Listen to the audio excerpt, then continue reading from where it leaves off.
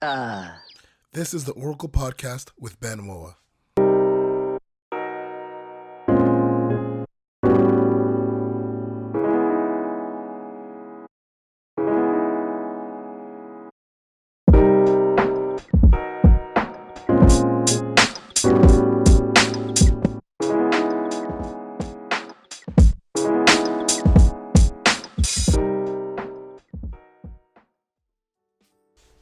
All right, welcome back to the Oracle Podcast. I'm your host, Ben Omoa, and right beside me is...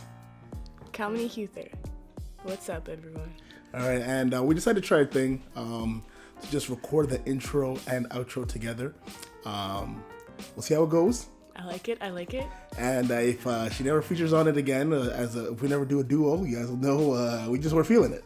No. I'm always feeling it. All right. I'm always going to be down. So just as a start off, we're just going to give a few shout outs to some people who've been helping out this podcast. And just some shout outs in general. First person I want to give a big shout out, a very special shout out, is Nicole Sabot. Yeah, Nicole has been helping us with the IG page. She's making some new posts. They're fancy. They're fresh. Thank you, Nicole. Thank you, Nicole. Another shout out, I want to give a big shout out to Amir Koro. Yeah, so he does the music that you're hearing right now and that you'll hear at the end. And basically, he just makes some sick beats. Fire in general. So thank you, Amir. Yeah, check out his IG page. You're going to hear some fire instrumentals. I just love watching his videos. And aesthetically pleasing backgrounds. Yeah, and his video is just so fire. So big shout out to Amir. Love you, Kuya Amir. So pogi all the time. What? And big shout outs, big up shout outs, because this past Saturday that just went by, this past one. In the evening. After sundown, I found out. The Toronto Raptors are going to the NBA Finals for this year. That is huge. That is just a major for the country. It's a major what? Major success. Just to enter there. Let's not talk about how this final series may go, but let's just be so happy that they're there. And I think this will create a culture of them going there and people rating and respecting the Toronto Raptors. So just big shout out to Toronto Raptors. I wish I had a soundboard. I would play the Kawhi laugh. Play it like 10 times because he's laughing. Anyways. Because he's happy. That's right. Because he brought his team to the win of the Eastern Conference. Yeah, and many other key Basically, players. it's a win for the whole country. I saw this picture where it's like Raptors was in the whole Canada, and then like each team was divided. So basically, Canada, we got it together. That's right. All right, so let's just go into the episode. This episode is a very special episode. It's a quick one, but it's a very vital interview that we've had. And this is a continuation of our series called Love at First Sight. In our last Love at First Sight episode, we had the pleasure of interviewing Krisha and Angel Wisdom, and they discussed and shared with us their relationship and the growth that they had in their relationship. But who do we get to talk to for this one? So this time, in part 2 of Love at First Sight, we have Josh and Jaia. They are our friends here in BC, and they share their story. Yeah, and so thanks again, Josh and Jaia. We look forward to even having you guys maybe individually sharing some different aspects. Jaia's a musician, and you can see her information. Go follow her too. Yeah, we're going to have all these people that we've been shouting out, especially Jaia's stuff, will be in the bio or info box or... Nicole will set it up, basically, is what we're saying. Yeah, big description box of the post of this podcast. So go follow her stuff. Trust me, you don't want to miss out when she makes it to the top, when she's on the biggest record company that you know, record label that you know. Don't try and hop on the bandwagon too late. So this is the best time. You want to get her while she's growing. All right. And in order to get all these links, make sure you're following the Auricle Podcast on IG. It's where we post where you can get the podcast. We have multiple places that we post it. So just so you know.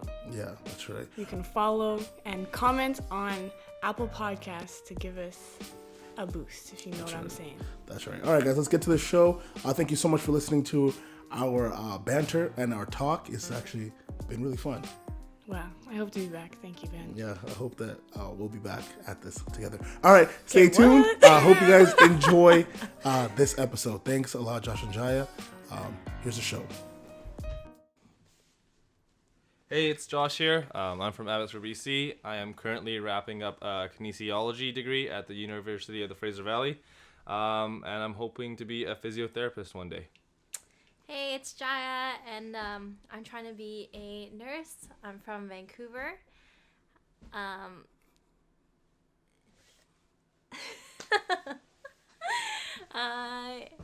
currently working at Best Buy, so hook it up. And you are a musician. Yes, I am a musician. Got a YouTube channel. Got to plug in. Good. And I'll definitely want to plug all your stuff later for sure. Thank you guys so much for coming on the Auricle. This is part 2 of a little series that we've been doing on the Auricle called Love at First Sight. And it's been talking about relationships, especially from a kind of a Christian perspective, and also just for people just to be able to refer, because every relationship is so different. And I think you learn so much from every relationship as well. And so, we just want to start and just get to know who you guys are. So, Josh and Jaia, how did you guys meet? What's your story? How did you guys come to being in a relationship? Okay, so how we met was actually I got invited to his cousin's 5th birthday, I think. Yeah, probably 5th birthday. And that's how we met at his birthday party. And after that, we just kept talking. We became really close friends. And then eventually started dating when we were in grade 9. Mm-hmm. Yeah. Yeah, she was my cousin's neighbor, so that was a connect right there. So whenever I would go to my cousin's house, I would see her around. And that's how we became friends. Just hanging out at my cousin's place. So did you have to go ask Jai's family? You know what? I thought about it, but I didn't. But I guess, where we're at now, I wouldn't really change anything. It is what it is. I've got a good relationship with her family now, so that's what matters. Mm-hmm. It's all about growth. Yeah. And so how long have you guys been together? We've been together it's coming up on 9 years in December. December 22nd, yeah. 9 years? Yeah. Wow. That's amazing. Yeah. Yeah, it's pretty crazy to think about every time we hit that 1 year mark. Hit the anniversary mark, yeah. And so, what would you guys say has changed since you guys said you started grade 9? Yeah. So from grade 9 to who you guys are now, you guys are different people. So crazy, yeah. Probably. I wouldn't say different people. I like to think that people don't really change who they are, but they grow. Like life's kind of like a spectrum. You just expand yourself along that spectrum. You see different things, have different experiences. So I don't think we're too different. I think we've been the same. Yeah. But definitely growing with each other. Yeah.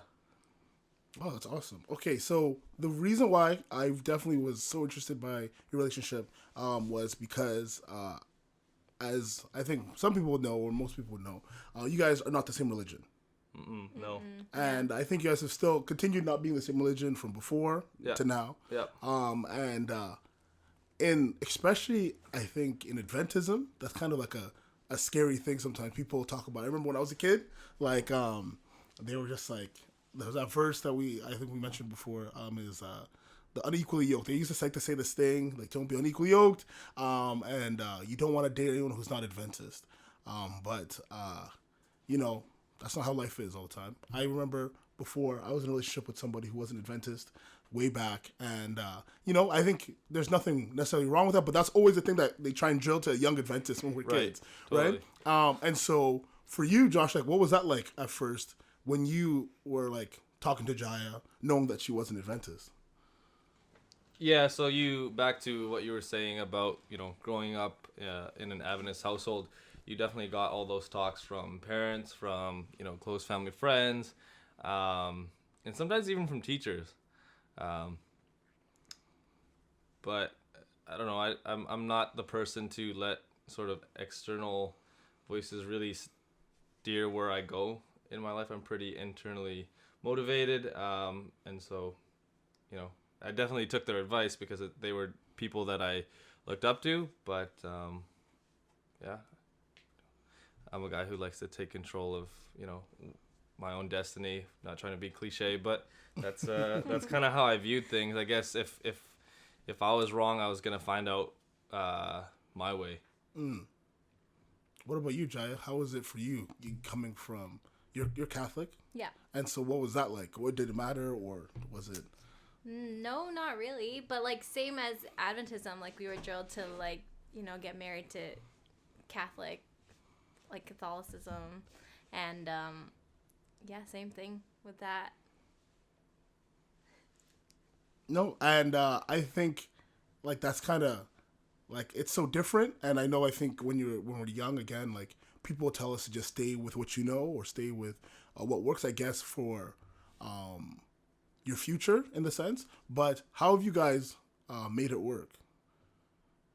I think it takes a lot of maturity to realize that not everyone has the same worldview as you, and it takes even more maturity to be able to coexist and to get along with a person who doesn't view the world in the same way that you do.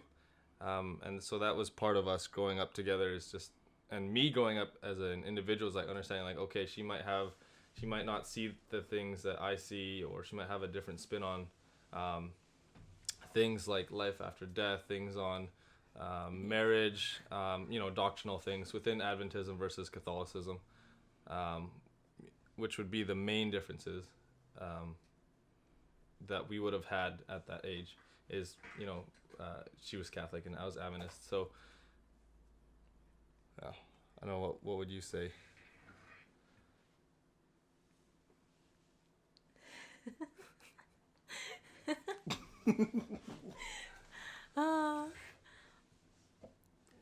Cool. All right, next question.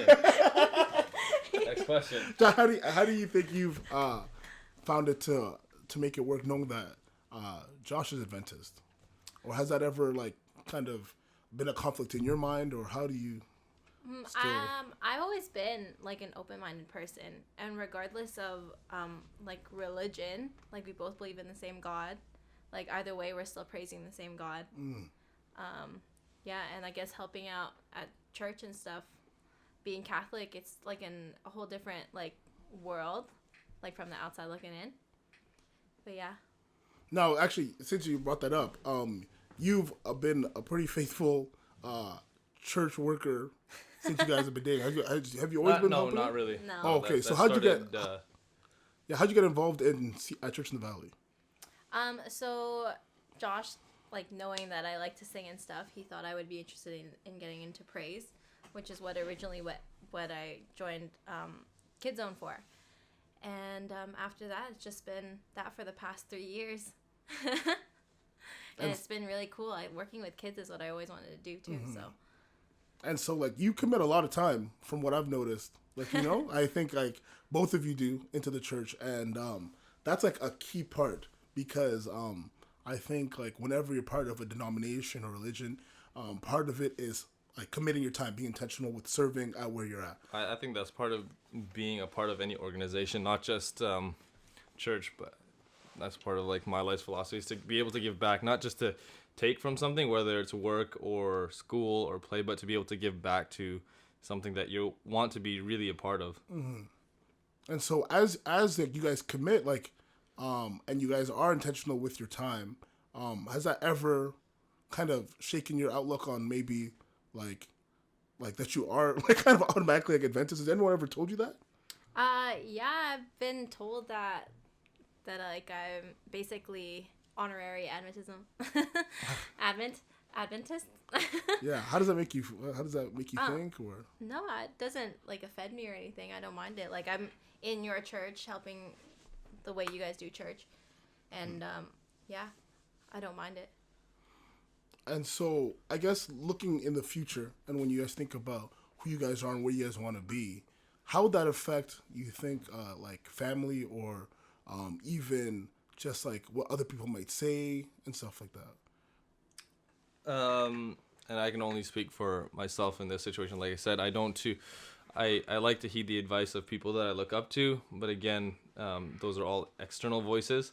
So as far as what they have to say about who we are as a couple, it doesn't really affect me. As far as family and stuff like that, that's where we have to be a little more intentional, and you have to be a lot more, you have to really think about how this might affect other people should we get married and have kids and start a family and stuff like that.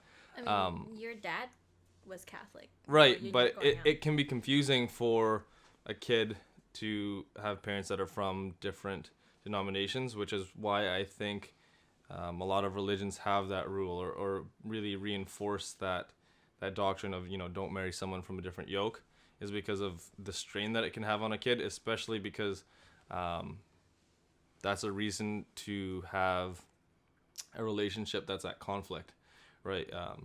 As much as possible, you'd want a household that is in harmony, although that's not always realistic. Two parents from a different denomination can be cause for concern, especially if they begin to, disagree. Did you guys when you guys do, I don't know, in your own personal lives, or when you guys come to bring it together at times, how do you guys kind of have a relationship with God together, knowing that you guys are from two different denominations? So if you guys ever do a devotion or anything like that, is there ever a conflict or stuff? Because I think people always think that, if there's someone from a different religion, I can't have a worship with them. I can't do devotion with them. How do you guys make that? How does that work? Well, it's how do you talk? How do you have a conversation with someone, in a professional sense? You're at work. How do you have a conversation with a coworker that doesn't believe in the same thing you do? It's exactly like I would have a conversation with Jaia. Really be open to, what you believe in. I think that's huge in Adventism. We easily shoot down, and I don't want to, blanket everyone. I don't want to really make general statements, but in my experience, I've often seen where you shoot down other people's opinions really quick when they don't agree with you. And part of growing up is being open to hearing other perspectives on life. And so that was just a part of my relationship that I encountered through growing up with, having Jaia as my girlfriend, rather than whereas other people might encounter that in different spaces, such as work or growing up Adventist, but then going to a public university. I just got to have those conversations earlier on in life. Yeah. Wow, that's amazing. That's inspiring, because I know for me personally, I grew up in a home where my mom and my father are different religions. My mom's Adventist and my dad isn't. And that was kind of interesting for me because I didn't necessarily know. My mom was really devout, and my dad was just kind of a Christian who necessarily didn't have to go to any church or do anything like that. Right. So in your mind, did you think one of them was more right than the other? That's a good question. I don't know. I guess because my mom was definitely more active, I just assumed that whatever she taught me was right. Whereas my dad wasn't trying to teach me religious things, And so I can see that was an issue for me, because whenever something my mom was trying to teach me was boring, I guess. I was trying to get my dad to tell me something new so that I could do whatever I wanted. So that's the cause for concern that I can foresee. Yeah, and so but I think because I lived with my mom, I was able to just pursue Adventism because it was just that's all it was for me after my dad moved to Ghana. But I think in a way though, when I look at you guys' relationship, I still think it's I understand those things would be concerned. But because you guys are just both active in knowing God, that's an important thing. And I think most people don't seek that because, most people, if you're looking at someone who's in a different religion, they kind of compare it to, you're looking at someone who looks at God differently or doesn't have a relationship with God. Yeah. But I think what we should be looking for rather than the denomination is the level of a relationship with Christ someone's seeking, Yeah. And once you get to know Christ, you get to know kind of what he wants for your life, and then it's up to you really to follow, what he's saying to you. Looking in your future, would you be okay with both your kids doing both, kind of a random question? Not me. No, I don't think so. I mean, I don't know. We'll have to see when we get there. But yeah. Yeah, like I said, it's confusing. It wouldn't do anyone any good for someone to live two conflicting lifestyles. Yeah, that'd be heavy. That would be heavy. What would you guys tell somebody who is considering dating someone from a different religion? It doesn't have to be just a young Adventist, but any Christian, because I think especially the way the world's going and the way Christianity's become such a big big thing now, more than ever. Not anyone is usually one denomination. You know, people do interdenomination dating.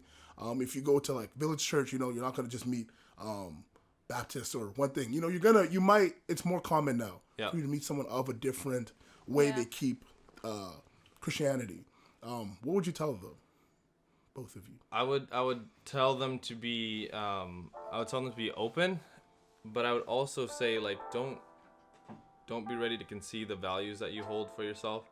Like, be open to hear different perspectives, be open to view things in the lens that they choose to view things, but also be firm in what you believe in. Yeah, from, like I said, the outside looking in, me being more active, I guess, in Josh's church than he is in mine. Definitely you'll see, like, the difference. You just have to be open to whatever it is. Like he said, to hold your value too. Don't forget about that just because you're in a relationship with someone else. That's something that I would think is important, because whether it's religious values that you choose to carry or any other values that you carry along, I think if you give those up for someone, in the long run, it's something that you might end up regretting. And that's the episode. Thanks so much for tuning in to the Auricle Podcast. We want to give a big shout out to Josh and Jaia. Thank you for being on the show. And I just want to thank Ben personally for letting me do the intro and outro. You don't know how hype I am to be here right now in front of this mic. But yes, thank you, Josh and Jaia. Remember to follow the Auricle Podcast on Instagram so you can get the links to everyone we're talking about, and especially the link to this very podcast. Review us on Apple Podcasts. Thank you very much, and as always, stay tuned for more coming through, and stay blessed.